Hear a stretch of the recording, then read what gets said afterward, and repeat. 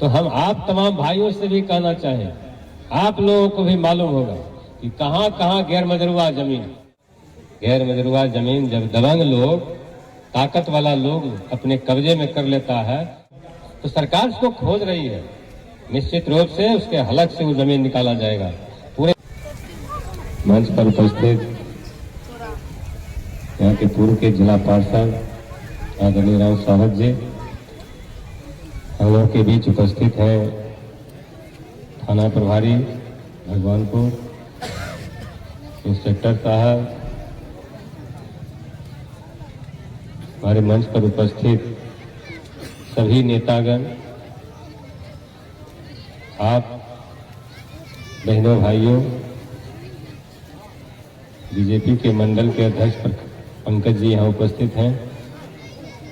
आप तमाम भाइयों से ही आग्रह करना चाहेंगे, ये खेल जो आप लोग देख रहे हैं, ये खेल हम सब लोगों के बीच प्रेम, सद्भाव, भाईचारा को बनाता है और हर घर के बच्चे इसमें आके खेल को अंजाम देते हैं। और इस देश के प्रधानमंत्री आदरणीय श्री नरेंद्र मोदी जी के नेतृत्व में खेलो इंडिया का गठन किया और खेलो इंडिया में उन्होंने आह्वान किया कि मेडल लाओ, नौकरी पाओ। बड़े पैमाने पर पूरे देश के अंदर खेलने वालों में, खेल प्रेमियों में, खिलाड़ियों में काफी उत्साह का वातावरण है और आज देश में हजारों लोग खेल के माध्यम से नौकरी में जा रहे हैं। बहुत लोग गए और उसी तरह से बिहार सरकार के माननीय मुख्यमंत्री आदरणीय श्री नीतीश कुमार जी के नेतृत्व में भी उन्होंने भी इस नारे को चरितार्थ किया, मेडल लाओ, नौकरी पाओ। सैकड़ों लोग खेल से नौकरी में गए। हम आप तमाम बच्चों से, खिलाड़ियों से, सब लोगों से आग्रह करना चाहें कि आप भी खेलने में मन लगाइए। खेलने का मन ये नहीं है कि पढ़ना लिखना छोड़ के खेले में दिन रात लग जाए, तब तो उल्टा हो जाए। पहला काम है खेलिए और खेलने के साथ साथ मन लगा के पढ़िए भी। और आपका जो रैंक होगा, खेल से डीआईजी हो गया, आईजी हो गया, एसपी कलेक्टर हो गया, तो खेल के माध्यम से बहुत सारे लोग अपने रैंक के मुताबिक नौकरी में जा रहे हैं। और पहली प्राथमिकता सरकार की होती है कि उसको जो खेल में मेडल लाता है उसको वो नौकरी देता है।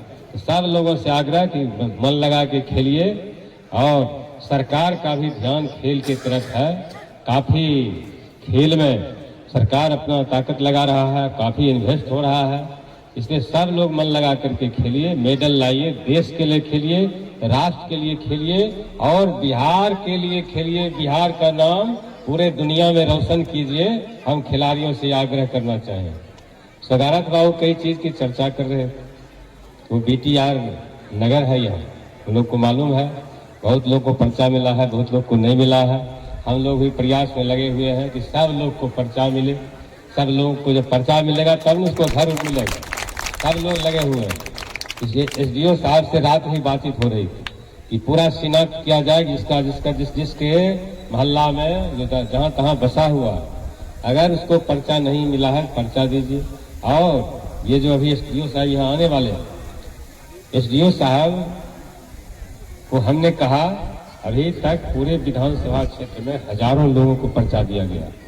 बहुत सारे लोग 35 साल से उस पर बसे हुए थे और काफी बेचारा परेशान था, लेकिन बहुत सारे लोगों को पर्चा मिला है। आज भी बहुत सारे लोग बचे हुए हैं। हम लोग परसों रात में गए हुए थे मुख्तियारपुर पंचायत, बहुत सारा गैर मजरूआ जमीन वहां आया है। तो हम आप तमाम भाइयों से भी कहना चाहें, आप लोगों को भी मालूम होगा कि कहां कहां गैर मजरूआ जमीन, ये जान लीजिए, ये गैर मजरूआ जमीन जिस पर गरीब गुरबा का हक होता है, जिसका सबसे पहला अधिकार वो गरीब का होता है, निसहाय का होता है, जिसको बसने के लिए जमीन नहीं है, घर नहीं है, उसका अधिकार होता है। लेकिन बड़ा दुर्भाग्य है कि मेरा चालाक लोग सब गैर मजरूआ जमीन को जोते हुए, बड़ा होशियार लोग सब जमीन को जोते हुए। आप लोगों से भी आग्रह करना चाहेंगे, देखिए कहाँ है वो गैर मजरूआ जमीन। और गैर मजरूआ जमीन जब दबंग लोग, ताकत वाला लोग अपने कब्जे में कर लेता है तो गरीब के तरफ से बोलने वाला कोई नहीं होता है। होशियारका लोग तो कब्जा करिए लिया, गरीब तरफ से बोलेगा को। और हम एक बार पंचायत समिति की बैठक में भगवानपुर के सीओ से कहे थे कि बताइए कहाँ कहाँ गैर मजरूआ जमीन है, आप ऊपर कीजिए, उनको लिस्ट बताइए। तो उसको पूछे थे कितना दिन में दीजिएगा लिस्ट बना के, कहा हुजूर 1 सप्ताह। हम कहे 1 सप्ताह नहीं, हमको तुमको 1 महीना का समय देते हैं, लेकिन हमको पूरा लिस्ट उठा के लाओ कहाँ कहाँ गैर मजरूआ जमीन। बड़ा अजीब स्थिति हुआ। वो गैर मजरूआ जमीन जो चलाक लोग कब्जा किए हुए था, तुरंत उसने इंडा पोखर खानना शुरू कर दिया। खान करके कहा क्या करोगे, इसमें मछली पालन होगा। तो मछली पालन में भी हमारा विभाग है, उसमें भी हम लोग मदद करते हैं कि मछली पालन हो इसमें। तो बड़ा अच्छा तरीका से वो खड्डा उद्धा खाना शुरू कर दिया। तो हम आप तमाम भाइयों से कहना चाहेंगे कि ये जो गरीब गुरबा लोग हैं जिसके पास जमीन नहीं है, तो उसके लिए आप लोग भी एग्रेसिव होइए। आप लोग भी कहिए कि यहाँ जमीन है गैर मजरूआ, ये जमीन गरीब के हिस्से में जाना चाहिए, चलाकर होशियार लोग के हिस्से में नहीं जाना चाहिए।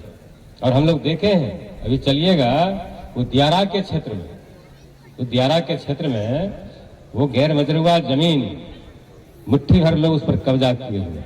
उसमें नेता है, दबंग लोग है, लाठी वाला पीना वाला सब है, सब कब्जा किए हुए हैं। गरीब लोग सड़क पर है, उसको बांध पर रोज नोटिस आता है, भागो यहाँ से, खाली करो।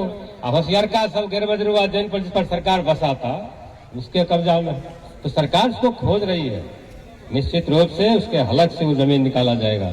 पूरे सरकार मुस्तैद है, जमीन निकाला जा रहा है। ये मुख्तियारपुर पंचायत और उधर के ये गोविंदपुर एक पंचायत में निकाला गया है, जमीन निकाल करके वहाँ गरीब लोग को बसाया गया है।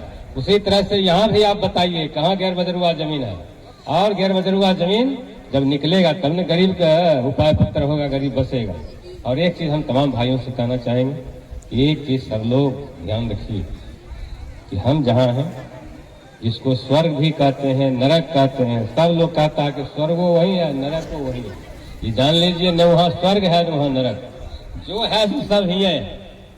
तो हम तमाम भाइयों से कहना चाहेंगे कि सब लोग एक दूसरे को गला लगाइए, एक दूसरे के साथ प्रेम सद्भाव भाईचारा शेयर कीजिए, सबको अपना समझिए और समाज के अंतिम पायदान पर जो खरा गरीब गुरबा लोग है उसको भी गला लगाइए। और जान लीजिए, जिस किसी ने भी गरीब की पूजा की है, जिस किसी ने भी गरीब को गला लगाया है, जिस किसी ने गरीब को सम्मान किया है, उसको सम्मान ऑटोमेटिक मिलता रहा है। वो जुगों तक पूजा गया। और देख लीजिए, आज से कितना हजारों साल पहले भगवान राम महाराजा के बेटा थे, महाराजा दशरथ के पुत्र थे। और जिस तरह से आज भी बड़का लोग का बेटा होता है, बेटी होता है, उसी तरह से उस वक्त भी महाराजा के पुत्र राजा दशरथ के पुत्र भगवान राम। और भगवान राम जब जंगल गए थे तो वहां उनके मानने वाला महाराजा थे, उनका तो बहुत बड़ा समर्थक होगा, उनको मानने वाला बहुत लोग था, बहुत साधु संत सब चुट्टा कमंडल लेके चंदन टिक्का करके अपना अपना कुटिया पर नहा धो के तैयार था। तो भगवान राम जब आएंगे तो सबसे पहले हमारे यहाँ आएंगे, इसलिए कि भगवान राम के सबसे अच्छे समर्थक हम हैं। और तमाम साधु संत में से उसमें से एक गरीब की बेटी, एक समाज की अंतिम पायदान पर खड़ी, वो सबरी माता भी, वो गरीब की बेटी भी भगवान राम की समर्थक थी। वो भी कह रही थी कि भगवान राम जब आएंगे तो सबसे पहले हमरे यहाँ। भगवान राम जब गए तो सबसे पहले वो सबरी माता के कुटिया पर चले गए, गरीब को सम्मान करने का काम किया। भगवान राम गरीब की पूजा करने का काम किया, गरीब की बेटी को सम्मान करने का काम किया। आज भगवान राम को हम सब लोग पूजते हैं, और जब तक ये धरती सूरज चांद आकाश रहेगा भगवान राम पूजे जाएंगे। इसलिए पूजे जा रहे हैं, उन्होंने गरीब का सम्मान किया, गरीब को गला लगाया, गरीब की बेटी को सम्मान करने का काम किया था। इसलिए सब लोगों से आग्रह कि सबको गला लगाइए, गरीब के बाल बच्चा को भी सम्मान कीजिए, सबको अपना समझिए।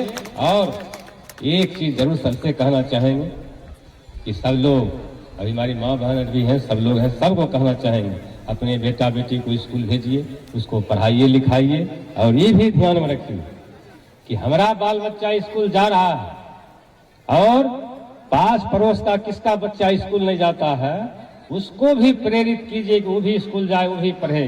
जब तक सबका बेटा और बेटी पढ़ लिख के समाज में तालीम नहीं होगा, इस समाज को चलाना संभव नहीं है, इस देश को चलाना संभव नहीं है, ये दुनिया नहीं चलने वाला है। इसलिए सबको पढ़ना पड़ेगा, सबके बेटा बेटी को पढ़ना पड़ेगा। और जब सबका बेटा और बेटी पढ़ लिख के तालीम हो जाएगा और जब हम सब लोग एक दूसरे को गला लगाना शुरू कर देंगे, उसी का नाम स्वर्ग है, उसका नाम स्वर्ग यहीं उतरेगा, यहीं स्वर्ग की स्थापना होगी। हम तमाम भाइयों से आग्रह करना चाहेंगे, सब लोग एक साथ मिल करके चलिए। राम सगारत बाबू कह रहे थे कि इसको भी बना दीजिए, तो राम सगारत बाबू ये मंच तो हमारे लिए बहुत शुभ है। तो निश्चित रूप से आपसे कहना चाहेंगे कि अगला वित्तीय वर्ष में आपका ये बनेगा। खाली ध्यान रखिएगा कि जोड़ में लफड़ा तफड़ा नहीं हो, लफड़ा लग जाता है तो बनने में दिक्कत हो जाता है, तो निश्चित रूप से ये बनेगा। और ये बीटीआर नगर जो है इस पर भी हमारी नजर है। तो आज फिर आपने याद दिलाया है, हम फिर एसडीओ साहब से आज हमारे सामने फिर बातचीत होगी एसडीओ साहब से, फिर उससे कहेंगे जरा इसको देखिए और सीओ साहब को देखें कि जमीन में कोई झंझट पंझट तो नहीं है। बहुत लोग को मिला है, बहुत लोग को क्यों नहीं मिला, तो उसको निश्चित रूप से पर्चा मिलेगा। और ये सीओ हमको बोले थे एसडीओ साहब इधर भी आने वाले हैं, कुछ कम्बल उम्बल बांटने वाले, तो जो एसडीओ साहब बांटेंगे। और हम तमाम भाइयों से पुनः इस आशा और विश्वास के साथ सब लोग एक दूसरे को गला लगा के चलना, एक दूसरे के साथ प्रेम सद्भाव भाईचारा को स्थापित करना, सब लोग मिल के चलिए, सब लोग एकताबद्ध होकर चलिए। गरीब गुरबा पर भी सहानुभूति रखिए और जरूर कोशिश कीजिए एक सरकारी जमीन गैर मजरूआ जमीन कहाँ कहाँ है, चाहे वो कितना दबंग व्यक्ति क्यों नहीं हो, निश्चित की कभी कभी होता है बिगाड़ के डर से लोग ईमान की बात नहीं कहता। जनता फलना बाबू का कब्जा कहने से 5 बीघा हमें बोला तो हित गलमगरी करता, कुछ बात हो बैठ जाए, डर से नहीं बोलता। लेकिन जान लीजिए ईमानदारी की बात निष्ठा पूर्वक बोलना चाहिए, रखना चाहिए। सरकार ने अधिकार दिया है कि गरीब गुरबा का अधिकार गैर मजरूआ आम जमीन पर होगा, तो आपकी भी जिम्मेदारी बनती है इसको और मजबूत करें। और देश के अंदर बाबा साहब भीमराव अम्बेडकर के नेतृत्व में जो संविधान बना, जो कानून बना, हम सब लोग उसका पालन करते हैं। बाबा साहब को सब लोग श्रद्धांजलि देते हुए हम उनका आदर करते हैं। उन्होंने इस देश के संविधान को इस तरह से बनाया जिसमें सबका हिस्सा मिला, सबको हक मिला है, सब उसमें जी रहे हैं, सब लोग संविधान को मानते हैं। इसलिए सब लोग ईमानदारी पूर्वक बोलिए और उस सरकार की जमीन पर नजर रखिए, जहाँ कहीं भी हो गरीब उसी पर न बसेगा, कहाँ जाएगा। इसलिए सब लोगों से पुनः इस आशा और विश्वास के साथ सब लोग आगे बढ़े। नए साल के अवसर पर आप तमाम लोगों को बहुत बहुत शुभकामना। माता भगवती से हम प्रार्थना करेंगे कि आप सब लोग सुखी रहिए, संपन्न रहिए, आपका परिवार काफी फूले फले और इस नए साल के अवसर पर आपका तरक्की हो। जय हिंद, जय भारत।